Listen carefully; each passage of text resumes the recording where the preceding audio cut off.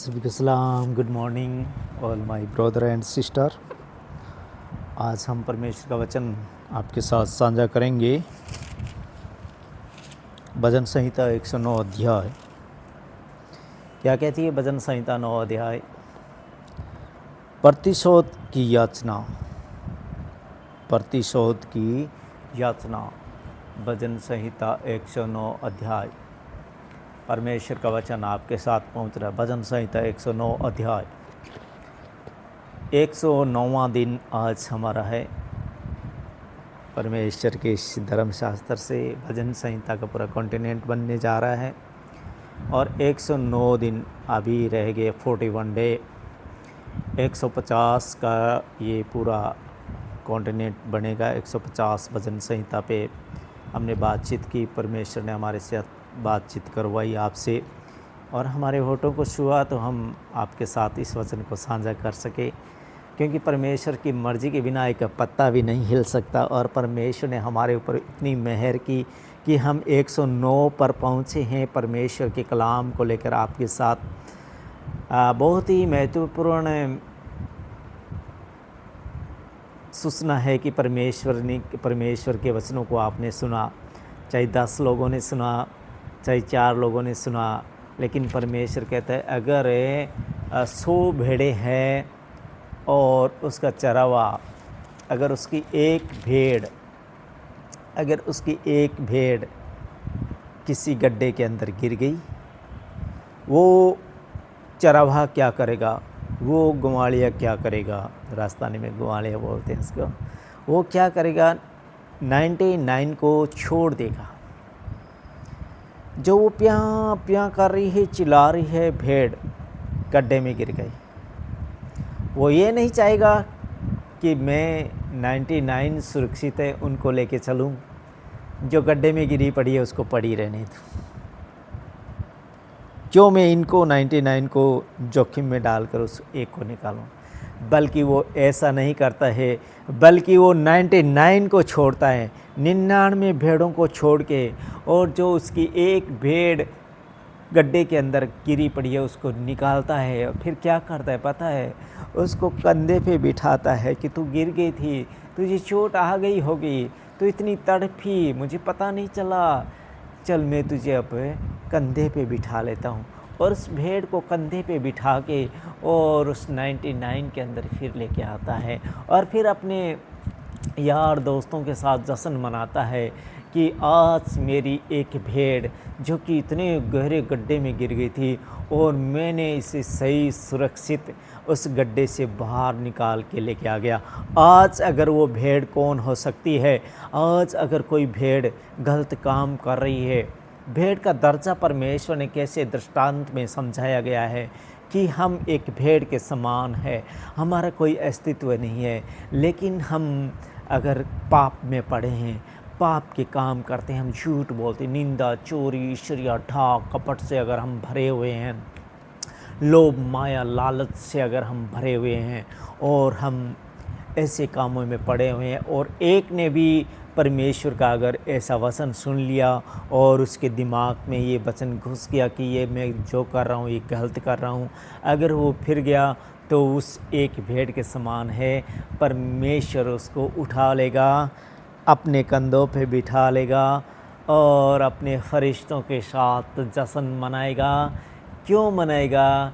क्योंकि उसका एक बच्चा पाप में पड़ा था और वो बच्चा कैसे छूटा? जब परमेश्वर के वचन उस बच्चे के पास में पहुँचे, और चलो वो जितना भी नशा, बड़ा नशा कर रहा होगा, लेकिन उसने उस बात को, परमेश्वर के वचन को सुनने की अहमियत दी, अपने जीवन में लागू किया, और उस वचन को उसने मोबाइल के द्वारा, चाहे टीवी के द्वारा, चाहे लैपटॉप के द्वारा अगर वो चला रहा है, अगर उसके पास में वो वचन पहुंचा और उस वचन को वो अगर सुन रहा है, उसको परमेश्वर की बातों में इतना इंटरेस्ट और आनंद आया, तो वो क्या किया? वो क्या करेगा? वो कहेगा नहीं, मैं जो कर रहा हूँ गलत कर रहा हूँ। अगर मैं सिगरेट पी रहा हूँ तो मैं आज इसे छोड़ता हूँ। अगर मैं ये बीड़ा लगा रहा हूँ, अगर परमेश्वर इन चीज़ों को नहीं चाहता है तो मैं इसे छोड़ रहा हूँ। उसकी एक ज़िंदगी बच जाएगी और दिन भर वो थू थू करके, थूकने वाला परमेश्वर का नाम जपेगा, जब परमेश्वर का धन्यवाद देगा, उतना उसका मुंह प्योर हो जाएगा, क्योंकि उसने गलत चीज़ों का इस्तेमाल करना छोड़ दिया और परमेश्वर को धन्यवाद देना स्टार्ट कर दिया। और भजन संहिता में ज़्यादा से ज़्यादा धन्यवाद ही है। अगर वो धन्यवाद देना स्टार्ट कर दिया तो परमेश्वर क्या करेगा, उसका हाथ पकड़ लेगा। और जब उसका हाथ परमेश्वर पकड़ लेगा तब क्या होगा, तब क्या होगा, तब क्या होगा सुनिए। जो शैतान उसको जकड़ के रखा था उन रस्सियों से, वो रस्सियाँ जब परमेश्वर उसका हाथ पकड़ेगा तो वो रस्सियाँ टूट जाएगी, वो आज़ाद हो जाएगा, उन बंधनों से आज़ाद हो जाएगा। वो अपने मोम को मोम समझने लगेगा, अपने डेढ़ को डेढ़ समझने लगेगा, अपने दादू को दादू समझने लगेगा, क्योंकि उसको उस टाइम तक कोई नॉलेज नहीं थी। परमेश्वर उसके जीवन में नहीं था, शैतान उसके जीवन में कार्य कर रहा था। आज हम नशे करने वाले लोगों को ऐसे ही देखते हैं, अपनी माम को कैसे बात करते हैं, अपने डैड को कैसे बात करते हैं, अपने दादू से कैसे बात करते हैं। उनको नॉलेज नहीं है, उनको नॉलेज नहीं है। क्यों नॉलेज नहीं है? क्योंकि परमेश्वर का वचन उनके पास नहीं पहुंचा। और जिस दिन परमेश्वर का वचन के पास पहुंच गया तो परमेश्वर का वचन कहता है, क्या मैंने गोल मटोल तुम्हारी आंखें बनाई? क्या मैं आप नहीं देखता कि तुम गलत देख रहे हो? क्या मैंने तुम्हें ये काम दिए, इतनी अच्छी बनावट दी इनकी हैं? क्या मैं आप नहीं सुनता जो तुम सुनते हो? अगर हमें गलत बोलना नहीं, हमें गलत सुनना भी नहीं है, तो परमेश्वर उनको बचाता है। और जब एक भी भेड़, अगर एक भी बच्चा परमेश्वर का बचता है तो परमेश्वर अपने फरिश्तों के साथ जश्न मनाता है। तो क्या आपको अच्छा लगता है परमेश्वर अपने फरिश्तों के साथ जश्न मनाइए? तो परमेश्वर, अगर आपको अच्छा लगता है कि परमेश्वर जश्न मनाए, हाँ परमेश्वर जश्न मनाए अपने फरिश्तों के साथ, तो जो वचन होते हैं उनमें आमीन टाइप ज़रूर कीजिए और अपने दोस्तों के साथ साझा कीजिए, ताकि आप तो बचे ही बचे, आप एक की और ज़िंदगी बचा लेंगे और परमेश्वर उसे भी अपने कंधे पे उठा लेगा। क्योंकि परमेश्वर कहते हैं कि सारी चिंता मुझ पर डाल दे, मुझे तुम्हारा ध्यान है, संचेत और जागते रहो, क्योंकि तुम्हारा विरोधी शैतान गरजने वाले सिंह के समान इस खोज में रहते कि किसको शिकार करूं, गरजने वाले शेर के समान कि किसको फाड़ के खा जाऊं। तो हमें उस शेर से बचना है, उस शैतानी शेर से बचना है और परमेश्वर की शरण में आने की ज़रूरत है हमें। अभी मुझे परमेश्वर ने ऐसी एक लाइन समझाई थी, परमेश्वर हम लोगों से बहुत प्रेम करता है, बहुत ज़्यादा प्रेम करता है हमसे परमेश्वर। और भजन संहिता में धन्यवाद धन्यवाद धन्यवाद, तो हमें परमेश्वर को धन्यवाद देना चाहिए। तो कोई भी बच्चा परमेश्वर का अगर गलत काम कर रहा है तो उसके साथ ये वीडियो को शेयर कीजिए, ताकि क्योंकि परमेश्वर का वचन जब पहुंचेगा ना, तो परमेश्वर का वचन जब पहुंचेगा तो परमेश्वर का जो जन होगा उसके कानों में हाथों हाथ उसके कानों के ऊपर पर्दे खुल जाएंगे, उनकी आंखें देखने लग जाएगी और पवित्र आत्मा का साया उनके ऊपर में आ जाएगा और उनके मन बदल जाएंगे। मुझे शैतान बार बार कहता था कि नहीं दीपक, तो गुटखा कभी नहीं छोड़ पाएगा, लेकिन मैं परमेश्वर को कहता था क्यों नहीं छोड़ पाऊंगा परमेश्वर, तू छुड़ा देगा, मुझे भरोसा है, मुझे भरोसा है तू छुड़ाएगा। फिर मैं बाहर जाता हूँ, बाउन से बाहर जाता हूँ, चर्च से बाहर जाता हूँ, बाहर में गुटखे की दुकान है, फिर वहाँ से गुटखा लेता हूँ 25 रुपये का गुटखा, और उसमें तुलसी डाल के, रजनीगंधा तुलसी डाल मिला के, और दो डोज करता था, मतलब एक डोज 12.5 रुपये की पड़ी। जो पहली वाली डोज थी उसको थोड़ी ज़्यादा करके लेता था, क्योंकि सवेरा सवेरा पूरी रात गई, इतना दिल करता था, इतना दिल करता था। और शैतान कहता है कि नहीं छोड़ पाएगा, मुश्किल है, तेरा परमेश्वर भी नहीं छुड़ाएगा।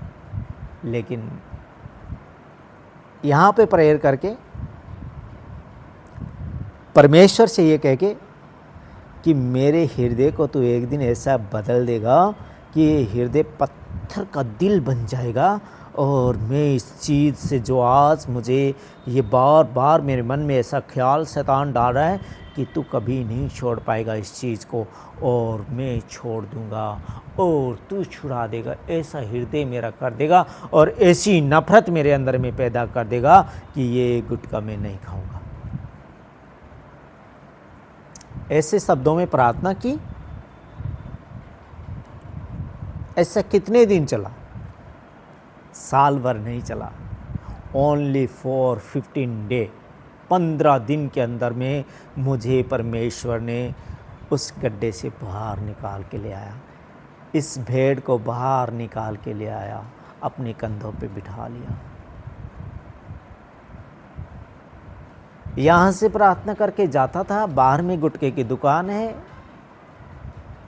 8-10 बजे वो दुकान खुल जाती है और मैं जाके उनको कहना कि रजनीगंधा तुलसी दे दो, और उन्होंने रजनीगंधा तुलसी दे देनी। मैंने उसको मिलाई और खाई और फिर मैंने गाड़ी स्टार्ट करनी। 15 दिन में मेरी प्रार्थना सुनेगी। आज मेरे भाई बहन कहते हैं कि सर छोड़ नहीं पाते, कोशिश बहुत करते हैं, 2 दिन छोड़ भी देते हैं, 4 दिन छोड़ देते हैं, लेकिन छोड़ नहीं पाते। मैं कहता हूँ छोड़ सकते हो, परमात्मा को धन्यवाद दो और परमात्मा से रोज़ कहो घुटने टेक के कि हे परमात्मा, तू चाहे तो क्या नहीं कर सकता। क्या तू मेरा ये छोटा सा नशा जो मैं यहाँ संसार में आकर मुझे शैतान ने गिरफ्त में लिया, क्या तू नहीं छुड़ा सकता? वो अवश्य छुड़ा देगा आपका नशा। लोग टीवी में ऐड करते हैं, पैसे लेते हैं, लाखों रुपये लेते हैं, 50-50, 30-30 लाख रुपए लेते हैं एक ऐड करने का। बिमल खाओ, बिमल का ऐड आता है, मधु का ऐड आता है। हाथ जोड़कर विनती करता हूँ, इन सब चीज़ों से दूर रहिए। आज मेरे राजस्थान के भाई लोगों से मैं कहना चाहता हूँ, इतनी ज़्यादा गुटखे की लत में आज राजस्थान डूबा हुआ है, इतने ही ज़्यादा गुटखे की लत में आज बिहार डूबा हुआ है, यूपी डूबा हुआ है।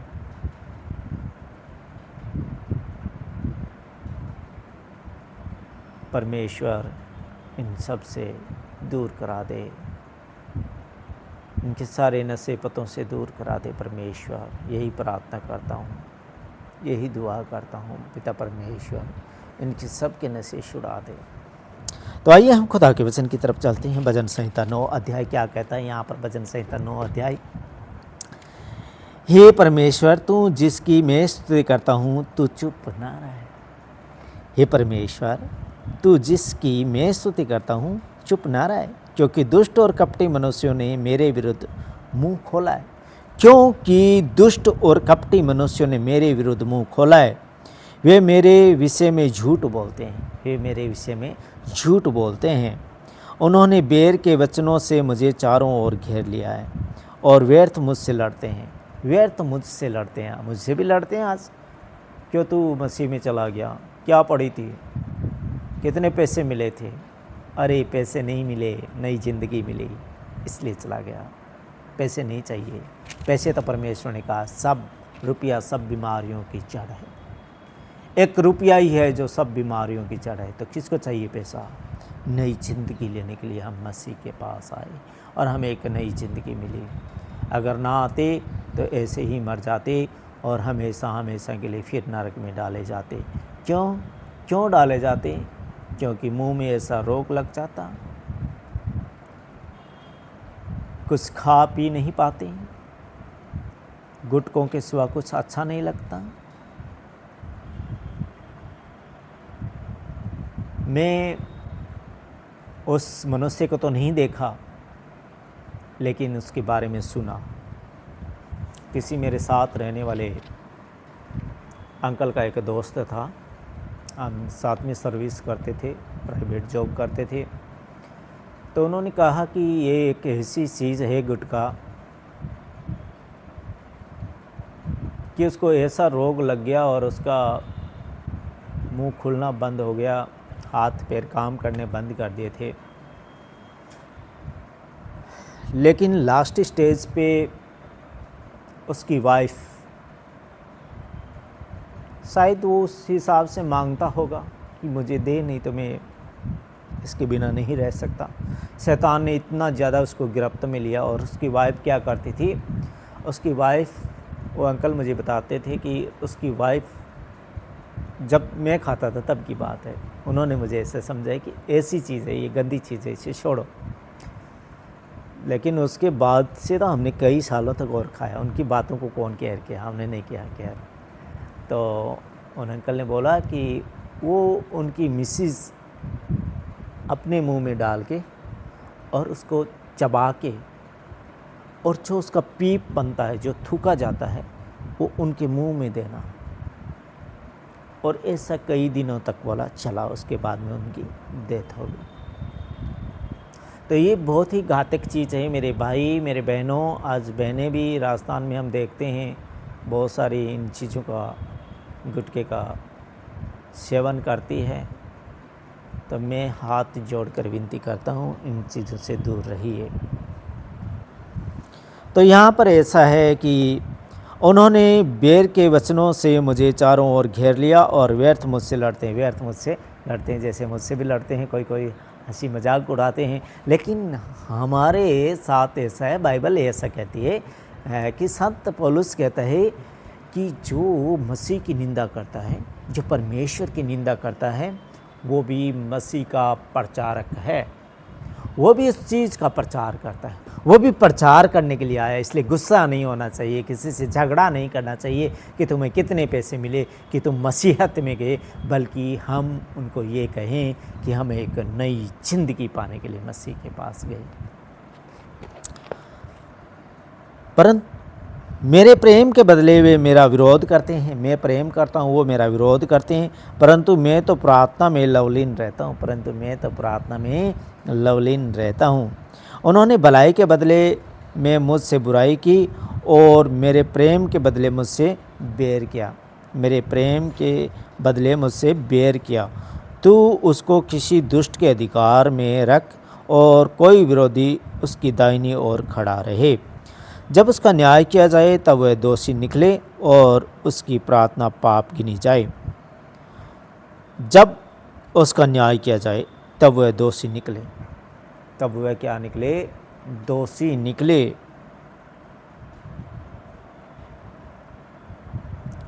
और उसकी प्रार्थना पाप गिनी जाए, और उसकी प्रार्थना क्या गिनी जाए? पाप गिनी जाए। उसके दिन थोड़े हो और उसके पद को दूसरा ले, उसके बच्चे अनाथ हो जाए और उसकी स्त्री विधवा हो जाए। भजन संहिता 109 की 9 कहती है, उसके बच्चे अनाथ हो जाए और उसकी स्त्री विधवा हो जाए, और उसके लड़के मारे मारे फिरे और भीख मांगा करे। उनको अपने उजड़े हुए घर से दूर जाकर टुकड़े मांगना पड़े, उनको अपने उजड़े हुए घर से दूर जाकर टुकड़े मांगने पड़े। महाजन फंदा लगाकर उसका सर्वस्व ले ले और परदेसी उसकी कमाई को लूट ले। परदेसी क्या करे? उसकी कमाई को लूट ले, जो उसने अपनी ज़िंदगी में कमाया। तो व्यर्थ हमें कमाई के पीछे भागना नहीं है कि मैं ये बनाऊँ, मैं वो बनाऊँ, मैं ये बनाऊँ, मैं वो बनाऊँ, ऐसे हमें करना नहीं है, बल्कि परमेश्वर को ढूंढना है। और परमेश्वर कहता है कि अगर तन से, मन से, धन से मुझे ढूंढोगे तो जो तुम्हारी लालसा है, जो तुम्हारा मन मांग रहा है, वो तुम्हें अपने आप मिल जाएगा। क्योंकि इब्रानी 4:12 कहती है, क्योंकि परमेश्वर का वचन जीवित और प्रबल और हर दुधारी तलवार से भी बहुत चोखा है, जो प्राण और आत्मा और गांठ गांठ गुंदे गुंदे को अलग करके आर पार छेदता है और मन की भावनाओं और विचारों को जांचता है। तो हमारे मन क्या कहते हैं, हमारे विचार क्या कहते हैं, परमेश्वर जानता है पहले से। तो हमें किस चीज़ की ज़रूरत है? हमें पहले परमेश्वर को ढूंढने की ज़रूरत है, और उसके बाद में अगर हम परमेश्वर को ढूंढेंगे तो जो हमारे मन और विचार कहते हैं वो अपने आप परमेश्वर हमारे पास भेज देगा। तो सारे तन से, मन से, धन से हमें परमेश्वर को ढूंढना है। आप भी ढूंढिएगा, धन्यवाद दीजिएगा परमेश्वर को। आज से चालू कीजिए, 15 दिन में मिरेकल देखिए। जो दीपक के साथ हुआ, दीपक को एक नई ज़िंदगी मिली, आपको भी नई ज़िंदगी मिलेगी। उसके बच्चे अनाथ हो जाए, उसकी स्त्री विधवा हो जाए, और उसके लड़के मारे मारे फिरे और भीख मांगा करे। उनको अपनी उजड़े हुए घर से दूर जाकर टुकड़े मांगना पड़े। महाजन फंदा लगाकर उसका सर्वस्व ले ले और परदेसी उसकी कमाई को लूट ले। कोई न हो जो उस पर करुणा करता रहे और उसके अनाथ बालकों पर कोई अनुग्रह न करे। अनाथ बालकों पर कोई भी अनुग्रह भी नहीं करेगा। उसके वंश का नाश हो जाए, दूसरी पीढ़ी में उसका नाम मिट जाए। उसके वंश का नाश हो जाए और दूसरी पीढ़ी में उसका नाम मिट जाए। तो हमें बुरे काम करने नहीं है। अगर हम बुरे काम करेंगे तो हमने भी देखा है बाद में क्या होता है, बच्चे नहीं होते हैं। बच्चा हुआ तो गलत नशों की लतों में चला जाता है और फिर उस पीढ़ी का जो है कि नाश हो जाता है। उसके वंश का नाश हो जाए, दूसरी पीढ़ी में उसका नाम मिट जाए। उसके पितरों का अधर्म योहा को स्मरण रहे और उसकी माता का पाप न मिटे। वह निरंतर योवा के सम्मुख रहे कि वह उनका नाम पृथ्वी पर से मिटा डाले, क्योंकि वह दुष्ट कृपा करना भूल गया। क्यों? क्योंकि वह दुष्ट कृपा करना भूल गया, वरन दीन और दरिंद्र को सताता था। तो हमें दीन और दरिंद्र को सताना नहीं है। हमें सताना बिल्कुल भी किसी को नहीं है। और मार डालने की इच्छा से खेदित मन वालों के पीछे पड़ा रहता था। आज भी लोग कितने मसीह में आने वाले लोगों को कितना सताते हैं, दीन लोगों को कितना सताते हैं। मार डालने की इच्छा से खेदित मन वालों के पीछे पड़ा रहता था। वह श्राप देने से प्रीति रखता था और श्राप उस पर आ पड़ा। हमें किसी को श्राप भी नहीं देना है, नहीं तो श्राप हमारे ही ऊपर आता है। वह श्राप देने से प्रीति रखता था और श्राप उस पर आ पड़ा। वह आशीर्वाद देने से प्रसन्न न होता था। आशीर्वाद देने से प्रसन्न न होता था, इसलिए आशीर्वाद उससे दूर रहा। इसलिए आशीर्वाद क्या हुआ? उससे दूर रहा। वह श्राप देना वस्त्र के समान पहनता था। वस्त्र हम कैसे पहनते हैं वैसे वो श्राप को पहनता था, और वह उसके पेट में जल के समान और उसकी हड्डियों में तेल के समान समा गया। कैसे समा गया? वस्त्र पहने हुए जैसे, और वह उसके पेट में जल के समान, जैसे हम जल पीते हैं अंदर जाता है, वैसे ही श्राप उसके अंदर में चला गया और उसकी हड्डियों में तेल के समान समा गया। हड्डियों में मतलब तेल के समान समा गया। वह उसके लिए ओढ़ने का काम दे और फेंटे के समान उसकी कटी में नित्य कसा रहे। यहोवा की ओर से मेरे विरोधियों को और मेरे विरुद्ध बुरा कहने वालों को यही बदला मिले। परंतु मुझसे हे यहोवा प्रभु, तू अपने नाम के निमित्त बर्ताव कर। तेरी करुणा तो बड़ी है, इसलिए तू मुझे छुटकारा दे। तेरी करुणा तो बहुत बड़ी है, इसलिए तू मुझे छुटकारा दे। क्योंकि मैं दीन और दरिंद्र हूँ, क्योंकि मैं दीन और दरिंद्र हूँ और मेरा हृदय घायल हुआ है, और मेरा हृदय जो है वो घायल हुआ है। मैं ढलती हुई छाया के समान जाता रहा हूँ, मैं टीडी के समान उड़ा दिया गया हूँ, मैं टीडी के समान उड़ा दिया गया हूँ। मेरी तो उन लोगों में नामधराई होती है, मेरी तो उन लोगों में नामधराई होती है जब वे मुझे देखते तब सिर हिलाते हैं, जब वे मुझे देखते हैं तब सिर हिलाते हैं। वे मेरे परमेश्वर यहोवा, हे मेरे परमेश्वर यहोवा, मेरी सहायता कर, अपनी करुणा के अनुसार मेरा उद्धार कर। हे मेरे परमेश्वर यहोवा, मेरी सहायता कर, अपनी करुणा के अनुसार मेरा उद्धार कर, जिससे वे जाने कि ये तेरा काम है, जिससे वे लोग जाने कि ये तेरा काम है। और हे यहोवा, तू ही ने ये किया है, हे परमेश्वर तू ही ने ये किया है। वे कोसते तो रहे परंतु तू आशीष दे, वे तो उठते ही लज्जित हो परंतु तेरा दास आनंदित हो, परंतु तेरा दास आनंदित हो। वे कोसते रहे परंतु तू आशीष दे, वे तो उठते ही लज्जित हो परंतु तेरा दास आनंदित हो। मेरे विरोधियों को अनाद रूपी वस्त्र पहनाया जाए, मेरे विरोधियों को अनाद रूपी वस्त्र पहनाया जाए, और वे अपनी लज्जा को कंबल के समान ओढ़े। और अपनी जो लज्जा जिससे लज्जाए उसको क्या करें, कंबल के समान ओढ़े, छुपाने की कोशिश करें, कंबल के समान उसे ओढ़े। मैं यहोवा का बहुत धन्यवाद करूँगा। परमेश्वर हमसे केवल धन्यवाद चाहता है। हम उठते हुए धन्यवाद कहें, बैठते हुए धन्यवाद कहें, इधर आते उधर जाते धन्यवाद कहें, खाना खाते समय धन्यवाद कहें, पानी पीते समय धन्यवाद कहें, परमेश्वर को धन्यवाद देते रहें, क्योंकि भजन संहिता धन्यवाद से भरी हुई है।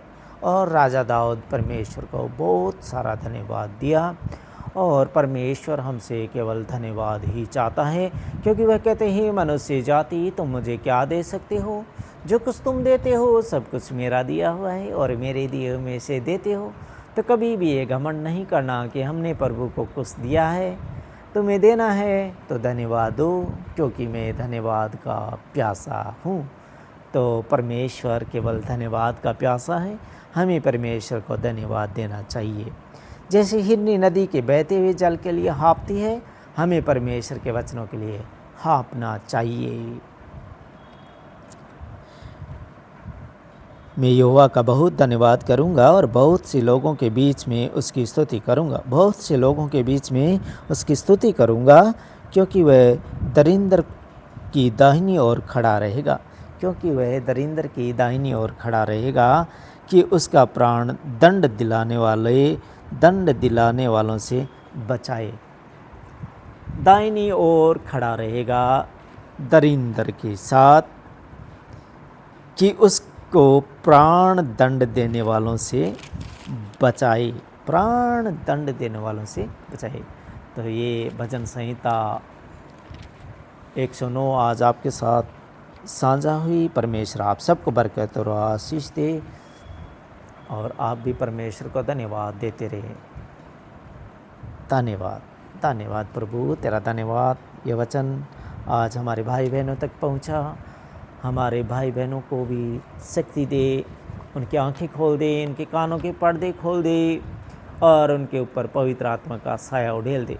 क्योंकि जैसे पतरस वचन सुना रहा था, अन्य जाति के लोग वहाँ पर बैठे थे, और एकाएक पवित्र आत्मा का साया उड़ेला गया, और पवित्र आत्मा अन्य जाति के लोग जो वचन सुन रहे थे उनके ऊपर भी उड़ेला गया, और वो अन्य भाषाएं बोल के परमेश्वर की बड़ाई करने लगे। परमेश्वर पतरस के साथ जो लोग आए थे, विश्वासी थे, वो चंकित हुए, हैरान हुए कि कैसे ये तो परमेश्वर को नहीं जानते, फिर कैसे पवित्र आत्मा का साया इनके ऊपर उड़ेला गया।